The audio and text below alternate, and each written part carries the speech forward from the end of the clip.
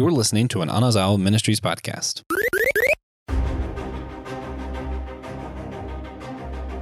Did you grow up thinking how much cooler life would be if you could fly around a giant mech suit?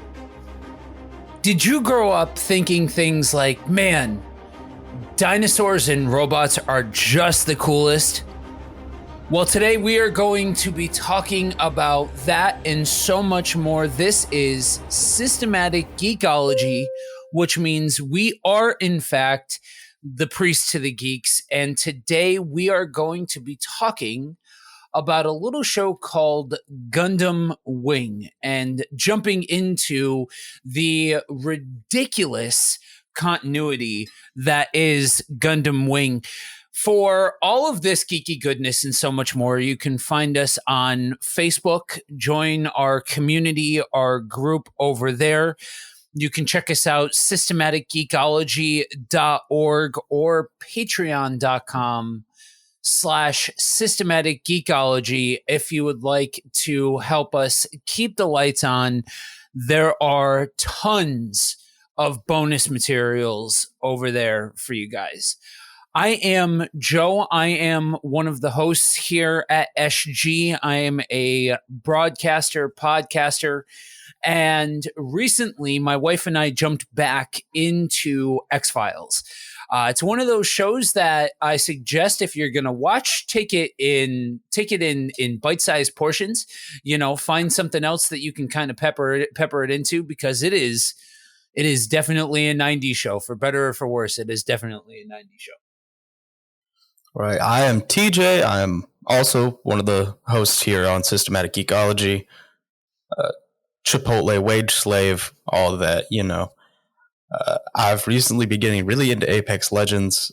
Just growing up, I didn't have the chance to get, like the competitive online gaming, and I'm really into it now, and it's fun to find out how bad you are at things. So I've had a great time. If you ever need an opportunity to just be humbled, pick up cold Apex Legends. You will be humbled and realize how bad you are at some things. Mm-hmm. Yeah, you think like pointing and aiming at something is pretty easy until you're shooting at a guy who's moving at like Mach 3 left to right and up and down, and it's a crazy game. Great game. Yeah, definitely. So, like you mentioned at the top, we are talking about Gundam Wing. And for those of you that are uninitiated, Gundam Wing is a franchise that kicked off in the 70s with multiple different timelines, a variety of different shows and movies and different things like that. It saw its first major foray into the US market in the 90s with Gundam Wing. And it's one of those shows that I'm not going to lie, I was really excited to hear that you were into this IP, because it's one of those things that really registers with people that are, how do I say, of a certain vintage. When you talk about 90s kids and you talk about growing up with cartoons and things like that, this is really there's a certain age bracket that you generally find interested in this. And so I didn't exactly hold out hope that there would be anybody super into this, but it's cool to take a trip down memory lane, because this is the kind of thing, to give you an idea, that Gundam Wing is what got me into things like Dragon Ball Z and stuff like that, and really opened the door to at least the first steps that I took into animation and Japanimation and things like that. Yeah, I was about 1 when Gundam Wing was on Toonami. Yeah. So, but growing up, I was watching like Inuyasha, Naruto, Dragon Ball Z, all of that on Toonami, Samurai Champloo, Cowboy Bebop. I have to give respect to the old Toonami legends at some point. Just had some friends that were into the older stuff in high school, and they were like, "Hey, man, you should watch Gundam Wing." And I was like, "Okay, sure. Yeah, I watch anything I get asked to watch usually." So checked it out. It's great. Not a lot more you can want than, as I've said before, almost, to paraphrase myself, giant robots just fighting other giant robots. Sometimes that's all you want, and Gundam Wing actually does a good job, in my opinion, of giving us mostly that. But while it's not as deep as other Gundam projects, I feel it is still there with like the political complexity that the series is known for. So, if you're unfamiliar with Gundam Wing, basically, we have moon colonies. The Earth is now the United Earth Sphere Alliance, and that goes on for almost 200 years. And the moon colonies are under great oppression from the Alliance. And they get tired of that after about 175 years, I want to say. And they're like, well, this is going to stop. This has to stop.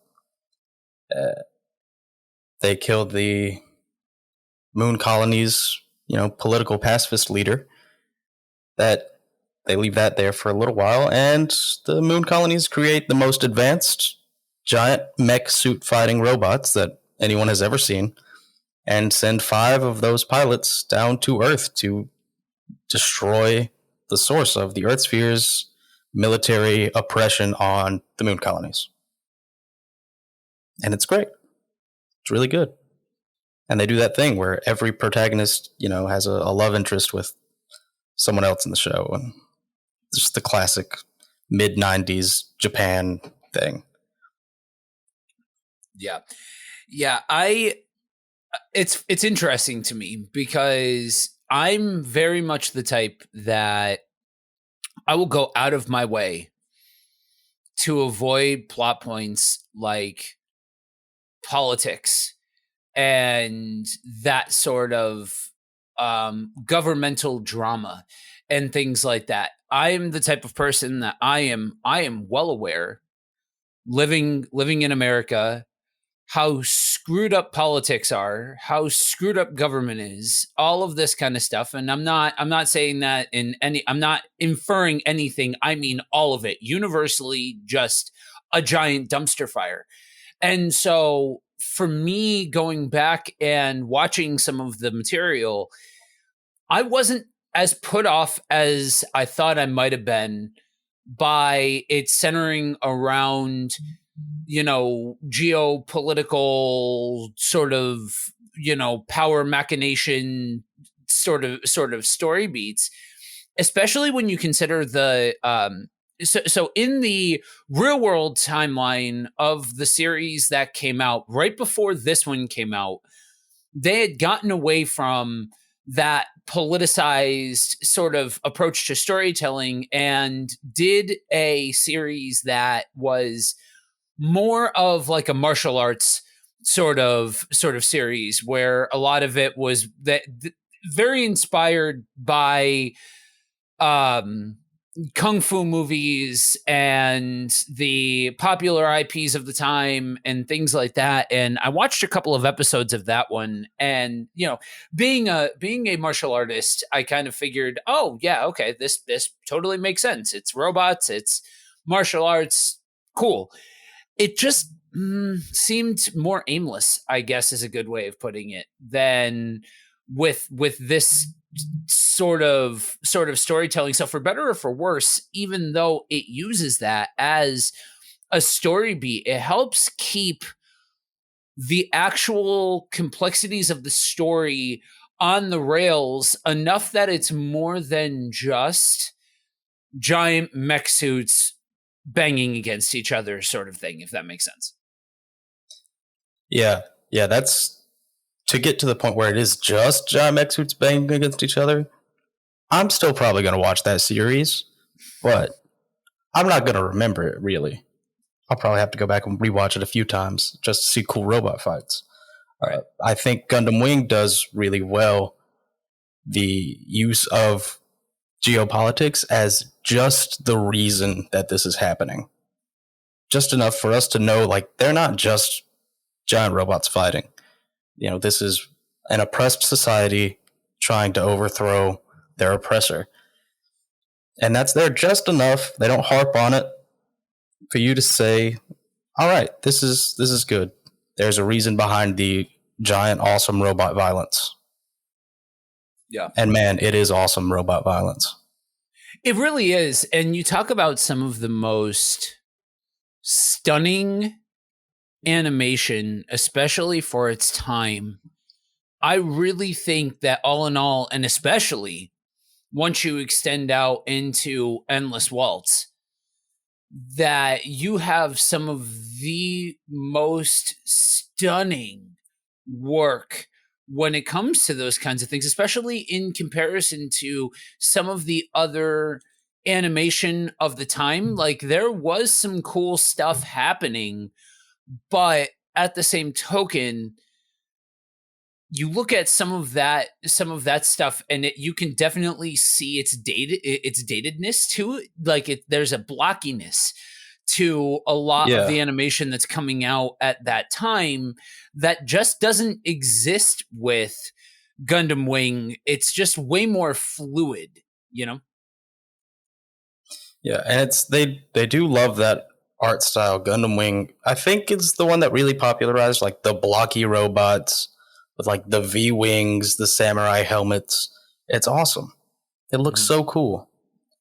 And it's surprisingly fluid for a series that came out in 95. I think it was 95. 95, yep. And it just looks awesome. It feels vintage, but not to the point where you're suffering through it to enjoy it. You're not just paying respect to it because it's old. You're paying respect to it because it looks awesome. Right. I equate myself. I equate this series with, like, Dragon Ball, the original Dragon Ball. Right.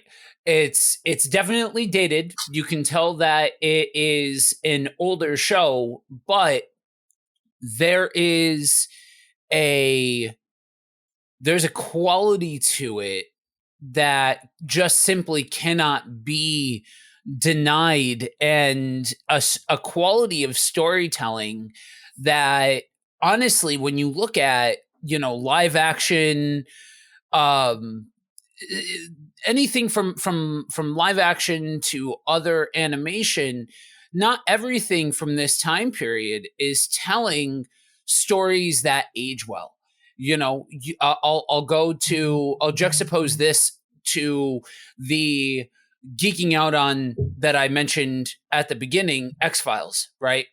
X-Files is one of those shows from my generation that so many people were into because it was the flagship for, like, sci-fi and paranormal and stuff like that. Like, you basically had, at this point in time, for stuff that was being produced at that time, you basically had that and Tales from the Crypt. And anything outside of that, you were going earlier to things like Twilight Zone, The Outer Limits, stuff like that. Dark Dimensions, I think it was called. There were several of them, but we're talking, like, previously 80s, 70s, stuff like that. But the reality is that you need to, when you're watching X-Files, you need to shut part of your brain off that says, okay, we may have evolved as a humanity between then and now on the types of stories that we're telling, in the blatant objectivizing of women and stereotypes and different things like that. And you shut all of that stuff off in order to watch this. This tells a story that, while it might not be everybody's cup of tea, it ages fine enough, if that makes sense. Mm-hmm. Yeah, well, it's a classic story. It's the weak versus the strong at the end of the day, even if they don't seem like the weak. But it is not timeless, really, but it kind of is. It's kind of a bulletproof formula, so it definitely makes it a lot easier on the rewatch. Right. So in looking up Gundam Wing, the series, because we're going to jump over to Endless Waltz here in a second. But a fun did you know for all of you super nerds out there for Japanese anime and different things like that. One of the writers that helped pen this story also helped create Samurai Troopers, which to Americans is known as Ronin Warriors. It's an anime that got brought over to America in the 90s and was very big there for a minute on like Toonami and Cartoon Network and things like that. That's pretty sick. Yeah. That's pretty sick. It's always looking into like when or what projects other anime creators have worked on. You'll just be amazed most of the time. Mm-hmm. I realized that when doing a lot of the research for Godzilla and really diving into the behind the scenes of Godzilla, you realize how many of those creators jumped from project to project to project. It's kind of two things that you can pretty much hang your hat on when it comes to reading about the behind the scenes of the creation of these different IPs. One, you're likely going to find somebody who has worked on something else. And two, you're likely going to find a story of somebody dying of lung cancer. Fun facts, that's just a really weird amount of people from this generation that died of specifically lung cancer. I don't know, weird correlations. Yeah, couldn't have been, latent radiation or anything. Yeah, right. Yeah. So transitioning over to Endless Waltz, which is the sequel to Mobile Suit Gundam Wing. I'm interested to get your 2 cents on this, but I personally find it fascinating that the more things change, the more they stay the same, right? Disney, since 2020, has been making all sorts of headlines with the way that they've been doing television. And you could argue that Netflix did it first and so on and so forth. But this modern day take on doing TV in more of a mini-series format, throwing a huge budget and making each one of a very limited run of episodes count as much as you can. You look at something like this and how it's been reformatted more into a movie presentation than a show presentation. And I watched something like this and I'm like, this reminds me a lot of what's going on nowadays. And I think something like Mobile Suit Gundam works wonderfully with this sort of OVA format because of the nature of the actual storytelling. You can get the most bang for your buck doing it that way. Yeah, that's something Japan has done for a long time, is the OVA, the original video animation, I think it stands for. Yeah. Where they have more story to tell. They don't have enough for another full run of episodes. So they'll make a few good episodes and release those separately. And in the case of Endless Waltz, like some others, they make it into a movie. They put it together into a movie later down the road for convenience purposes. And it's great. It's a great system. It's worked forever. I mean, this was right before 2000 they did this. Japan's been doing this for like 25 something years, 30. Yeah. Yeah, I tried to find a specific point when they started using this style of formatting. The best I could find was some random stuff before this that they did it. So you're looking at 30 plus years of this style of storytelling, and I really think that this style of storytelling blends beautifully with this style of story. Now that might seem redundant, but you're talking about this drama space epic with giant mech robots, and you're talking about a sequel series that doesn't necessarily have the same kind of meat on the bone to tell a fully separate continued story, but more of like a epilogue, I guess is a good way of putting it, Yeah.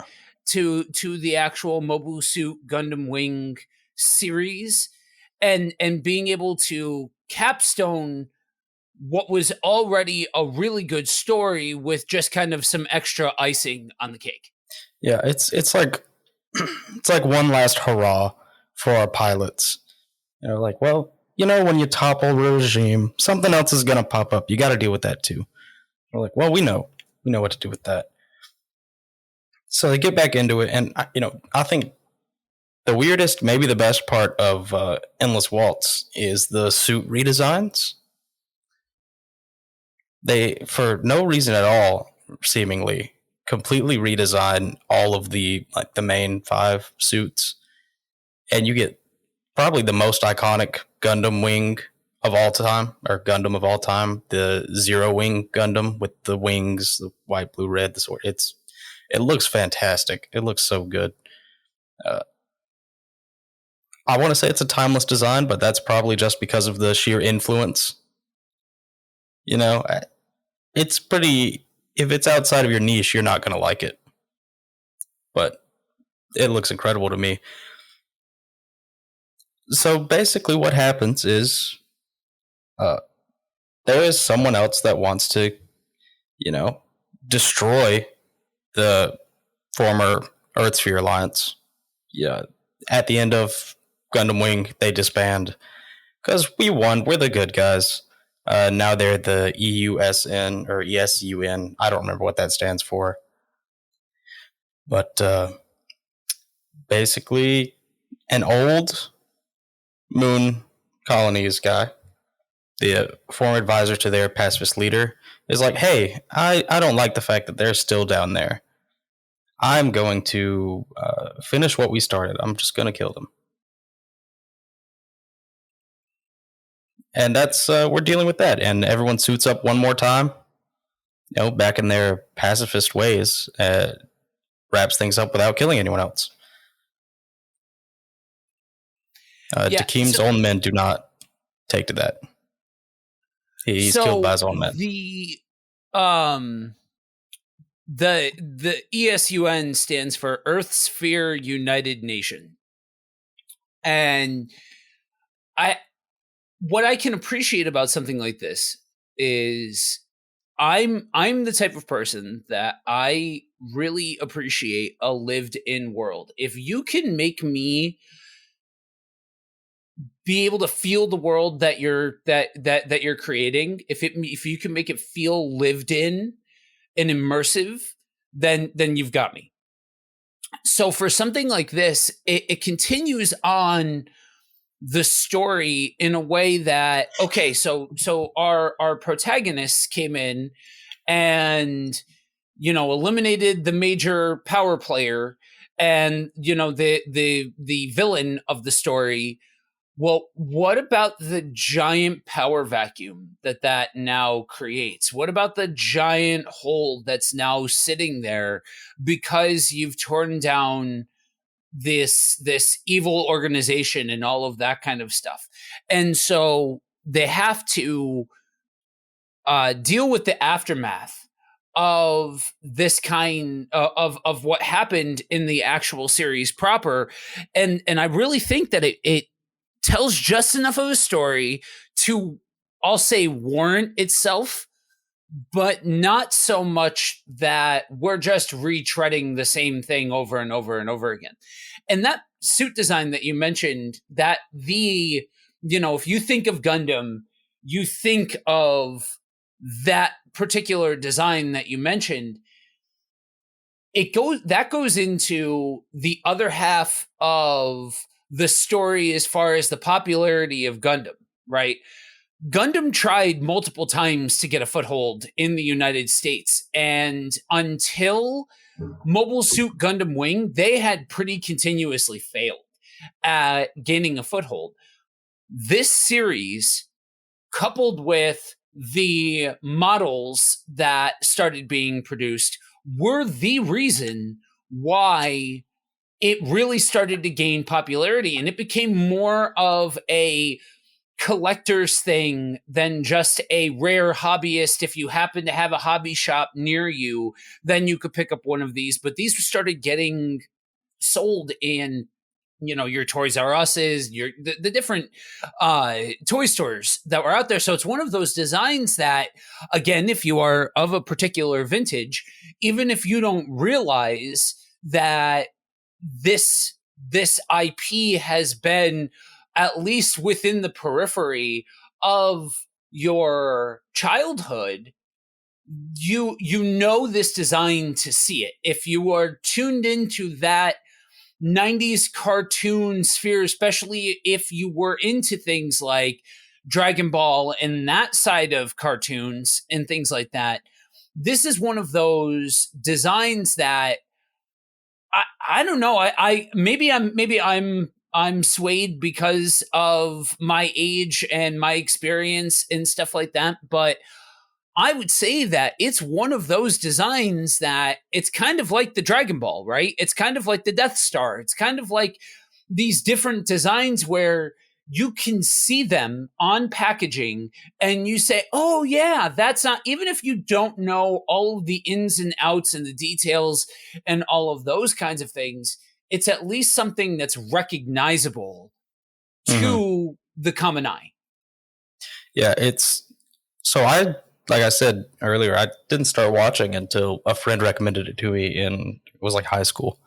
So I started watching Gundam Wing in 2014. And when I started watching it, I saw Heroes Gundam, and I was like, oh, okay. That's where that's from. Because I'd seen it before. It's everywhere. Yeah. And, maybe not as all-encompassing as a Dragon Ball, but definitely if you decide to watch the series, it will probably not be the first time you see that design, at least. Yeah. It is the iconic Gundam. Yeah. So did you did you do the whole modeling thing or anything like that? No, I have short, fat fingers, so that detail work is not for me. But yeah, there were there's two different levels to the models. They're the ones that you just kind of assemble, and then they're the ones that like you intricately paint and you like fully design, and like people really get into the design work for these things. The furthest I went into it was, the ones that you assemble that were already colored and things like that. I too have very large hands, but very like big fingers. So there's a layer there's a level to how detailed I could get to it. But yeah, those, it's one of those things that like it's just kind of synonymous with the time that it came out. I think that it struck right at the right time. And like you said, there's a timelessness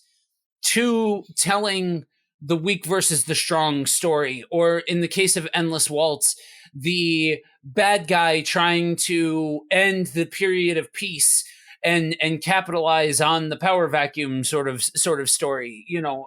It's that same kind of, when I first heard about the direction that they were taking the new Star Wars movies and the capitalizing on the power vacuum left behind from the Empire and stuff like that, I'm like, oh, that's awesome.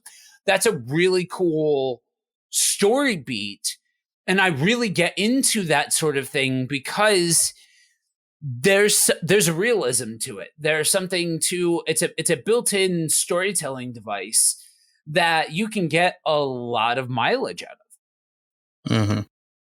So, with Gundam Wing, it can look daunting from the outside, right? If you're approaching this IP, this is one of those, there is no very clear-cut kickoff point, like this is where I start watching, because there's at least 4 or 5 different timelines that exist within it, if not more, right? There's a ton. I could not begin to list them all. Yeah, the only one that I can definitively mention is, I know that this one that we're talking about here is in the what they call After Colony timeline in year 195 and 196. But, you know, honestly, it's one of those things that the biggest suggestion that I would make is find one of the timeline starting points and jump on from there. You know, understanding that every single series in a lot of ways has a different flavor to it. You know, it's all Gundam Wing, so at least it's all at least similar in some regard. The only real similarity from version to version is giant mech suits fighting each other for some reason or another. That's about it.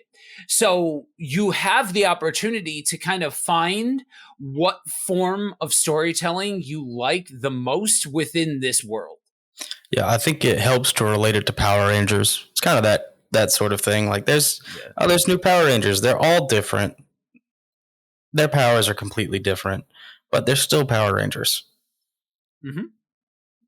Yeah, there's a similarity that you can find from season to season of there are certain tenets within the Power Ranger universe that you know that they're gonna jump onto, and that's gonna be a thing, but the particulars all do look different from season to season. So, where would you suggest somebody start with something like this? Older, or go with the newer reimagined kind of Redux series that they've been doing for Mobile Suit Gundam and stuff like that? So like the current like ongoing versions of Gundam are a lot easier to watch. Gundam Wing, I think, is a good place to start. And it's got like the 90s pacing and everything. So it might get a little slow sometimes. But it's still a good series. It's still fun to watch. And I think starting with Mobile Suit Gundam Iron Blooded Orphans is a good place to start. Iron Blooded Orphans is exciting, deep, giant robots, interesting characters, a lot more character development than Gundam Wing, which is, I think, its one, like minor flaws. The characters don't develop a whole lot. But start at Gundam Wing. Why not? If you're confused, watch whatever else you feel like. Actually, if you watch Gundam Wing, then watch Endless Waltz. But after that, if you're still confused, watch whatever else you feel like. Figure it out. It's a journey of self-discovery through giant robots.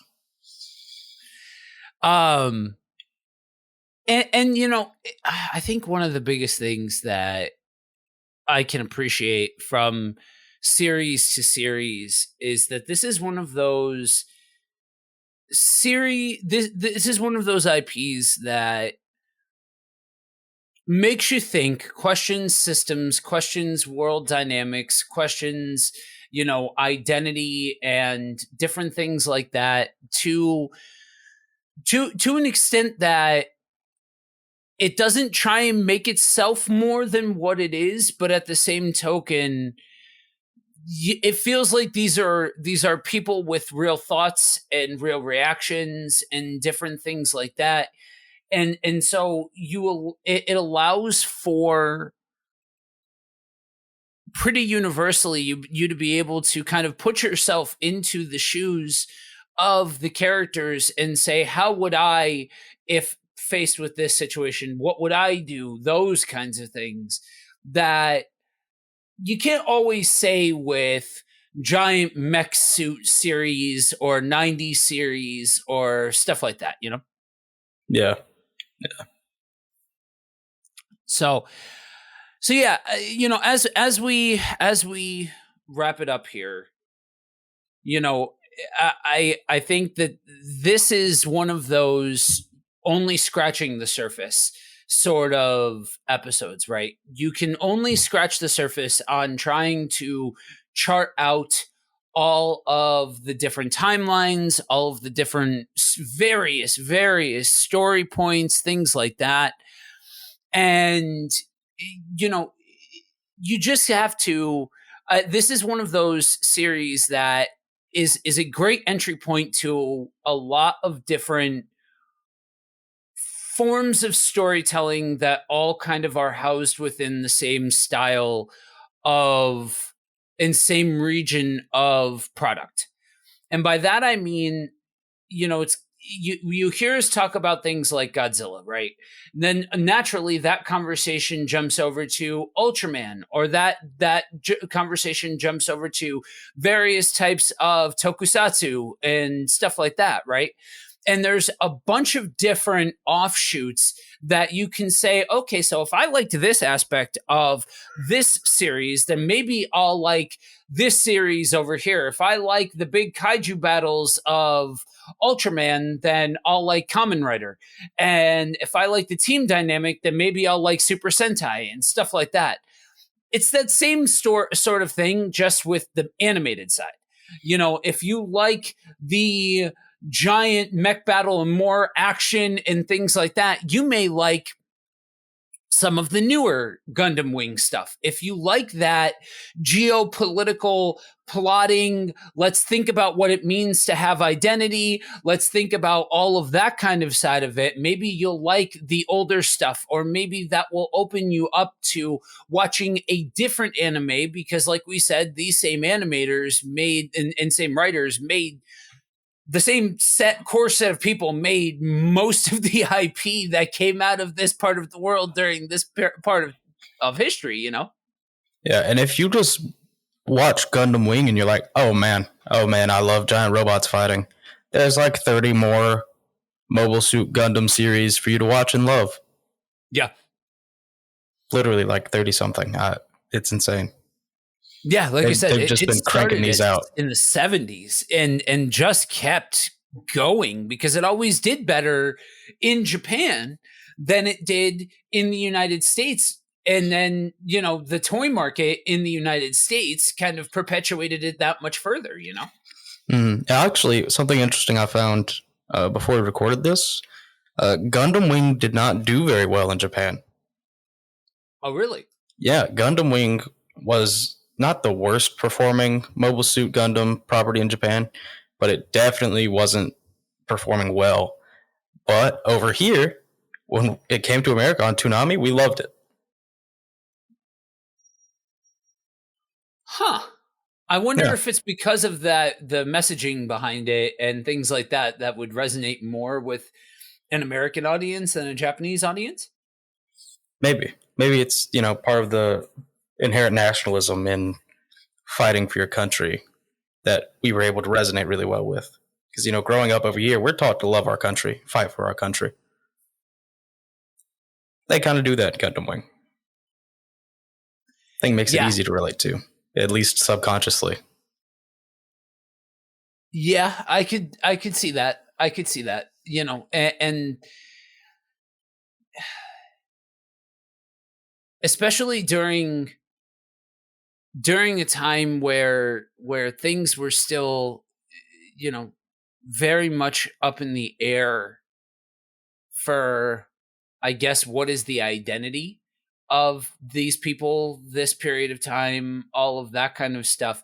We get really heavily into that sort of conversation when you talk about Godzilla and the different eras being emblematic of kind of that snippet of history for Japan and stuff like that. And so I could see that something like this would play differently, because like you said, right, I think this sort of storytelling naturally lends itself, because we are, and it's fascinating to me to hear a 20-something say this, because it's easy as a 30-something to look at the 80s and the 90s and my childhood and look at the ingrained nationalism in everything, and to hear a 20-something also recognize that and also have experienced the ingrained nationalism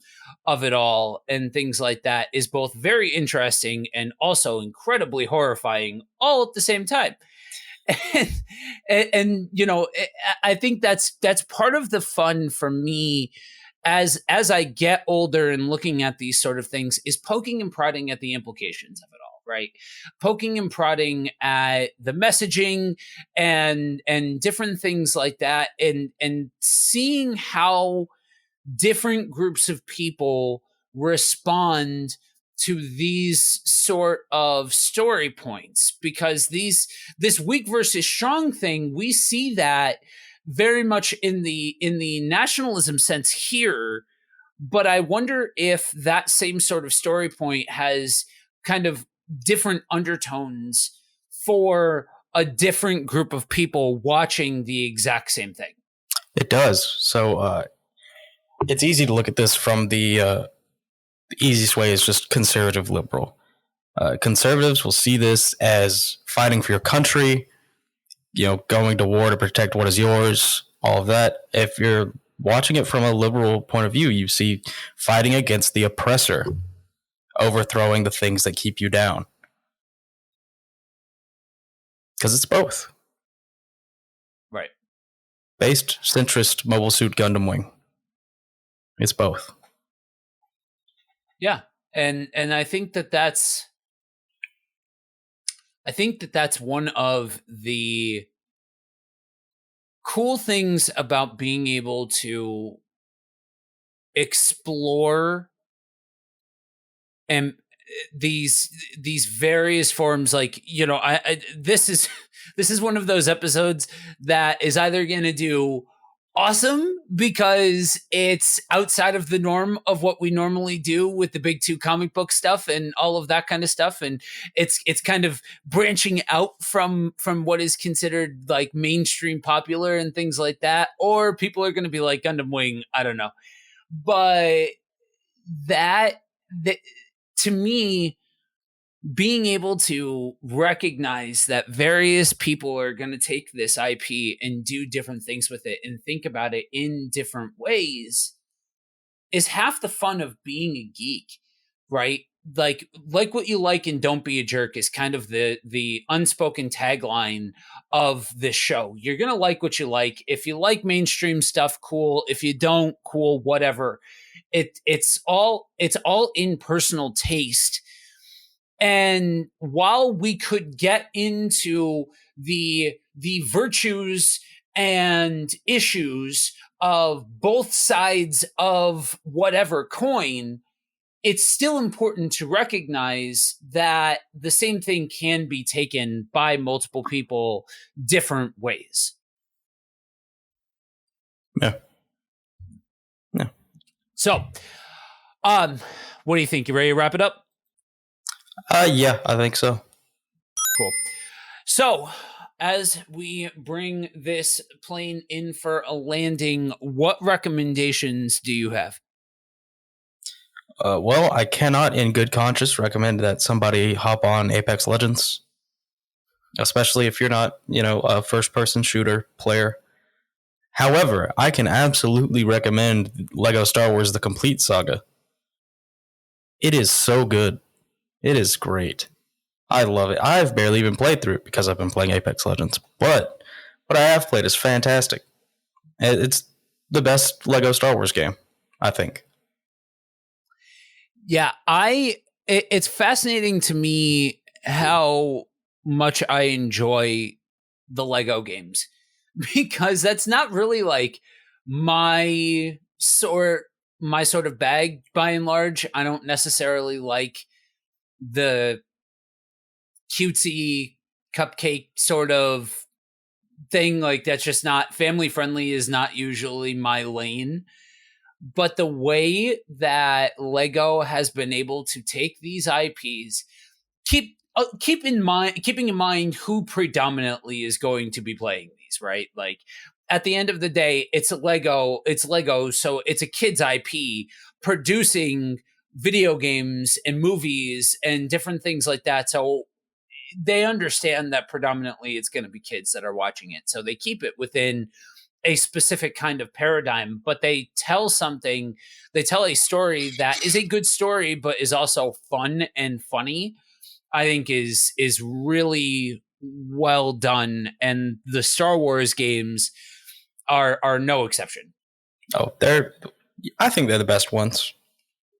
Yeah. That might be a biased opinion, but there's a ton of Lego IPs. If Star Wars isn't your favorite, Indiana Jones, superheroes, Spider-Man, there's so much to choose from. Yeah, for sure. My recommendation is for all of you Turtles fans out there. The Last Ronin finally wrapped, and wow, is it fantastic.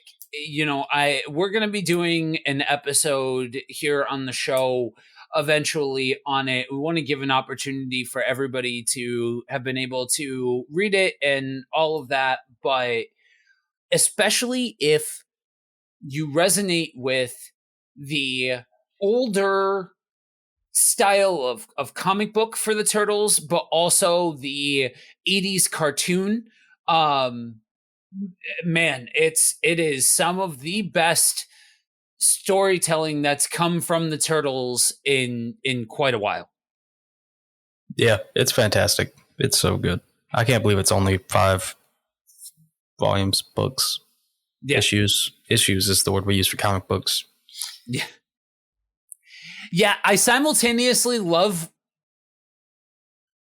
the fact that they put a cap on it, kind of leave the people wanting more, but also I'm like, I want more from this world. You know what I mean? Like I want to know, but again, if you know how the story ends, you understand what they did. I'm not going to go too much further. Otherwise, I will just start gushing about how good this story is overall.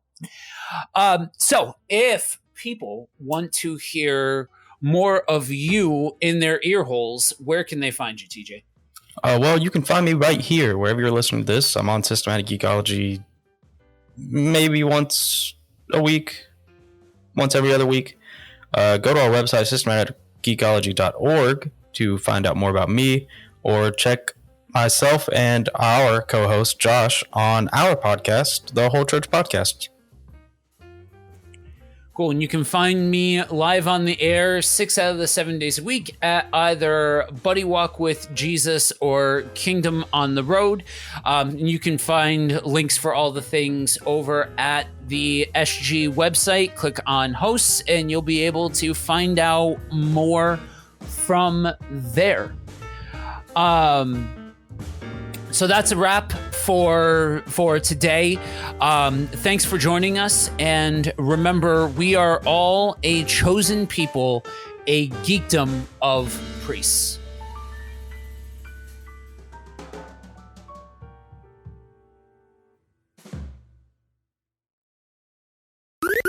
This was an Anazao Ministries podcast. If you enjoyed this show and would like to learn more about our network, be sure to check out the Anazao Ministries Podcast Network.